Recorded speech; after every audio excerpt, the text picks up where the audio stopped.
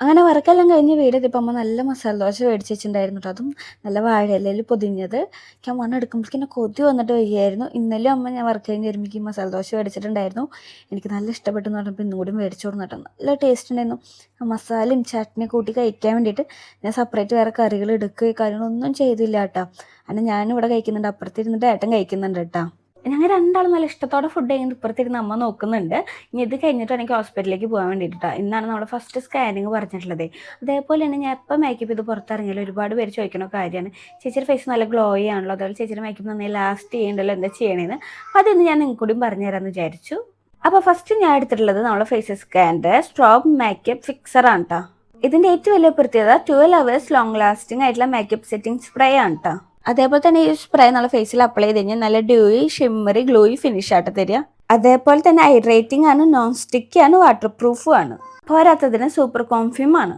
അടുത്ത് ഞാൻ യൂസ് ചെയ്യാൻ പോകുന്നത് നമ്മുടെ ഫേസ് സ്കാനിൻ്റെ തന്നെ ഹൈഡ്രാമാറ്റ് 3-in-1 ഫൗണ്ടേഷൻ ആട്ടാ. ഫൗണ്ടേഷൻ പ്ലസ് SPF 13 പ്ലസ് മോയ്സ്ചറൈസറും കൂടിയാണ് കേട്ടത്. പോരാത്തതിന് ബിൽഡബിൾ കവറേജും കൂടിയും കിട്ടും.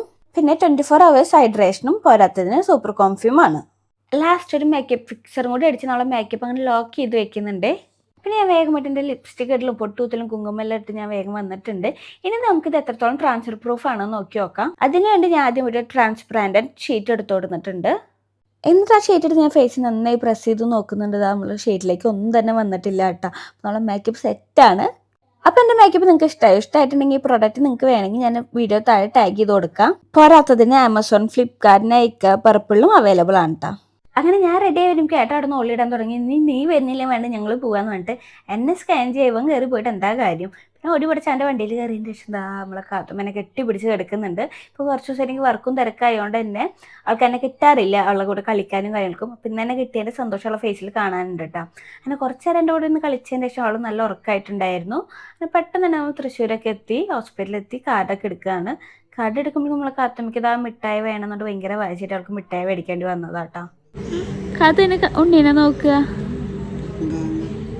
എങ്ങനെ ഇങ്ങനെ നോക്ക്. പിന്നെ അതാ നാളെ വെയിറ്റ് നോക്കലും ബി-പിയും കാര്യങ്ങളൊക്കെ ചെക്ക് ചെയ്ത് നോക്കുന്നുണ്ടെങ്കിൽ ബി-പി നല്ലോണം കുറവാട്ടെ. എന്താ കാര്യം എന്ന് അറിയുന്നില്ല. പിന്നെ ഇന്നിപ്പോൾ ഉറക്കേ കിട്ടിയിട്ടില്ല കേട്ടോ. ഞാൻ രാത്രി വർക്കിന് പോയതാണ്. വന്നതിന് ശേഷം നേരെ ഹോസ്പിറ്റലിൽ വന്നു, ഉറങ്ങിയിട്ടേ ഉണ്ടായിരുന്നില്ല. അപ്പോൾ അതുകൊണ്ടൊക്കെ ആയിരിക്കാം. പിന്നെ അതാ നമ്മൾ കുറച്ച് നേരം വെയിറ്റ് ചെയ്തതിന് ശേഷം സ്കാനിങ്ങും ഡോക്ടറെയൊക്കെ കാണിച്ചു. അതിൻ്റെ ഇടയിലൊന്നും എനിക്ക് വീഡിയോ എടുക്കാൻ പറ്റിയില്ല കേട്ടോ. ഡോക്ടർ കാണിച്ചപ്പോൾ കുറച്ച് റെസ്റ്റും കാര്യങ്ങളും പറഞ്ഞിട്ടുണ്ട്. ഇപ്പോൾ അടുപ്പിച്ചുള്ള വർക്കും കാര്യങ്ങളും കാരണം എന്നോട് കുറച്ച് റെസ്റ്റൊക്കെ എടുക്കാൻ പറഞ്ഞിട്ടുണ്ടായിരുന്നു. പിന്നെ നമ്മൾ മരുന്നെല്ലാം മേടിച്ച് നമ്മൾ നേരെ വീട്ടിലേക്ക് പോരുകയാണ് ചെയ്തത്. അപ്പോൾ എന്തായാലും ഇന്നത്തെ ഇടത്തിലേക്കുള്ളൂ.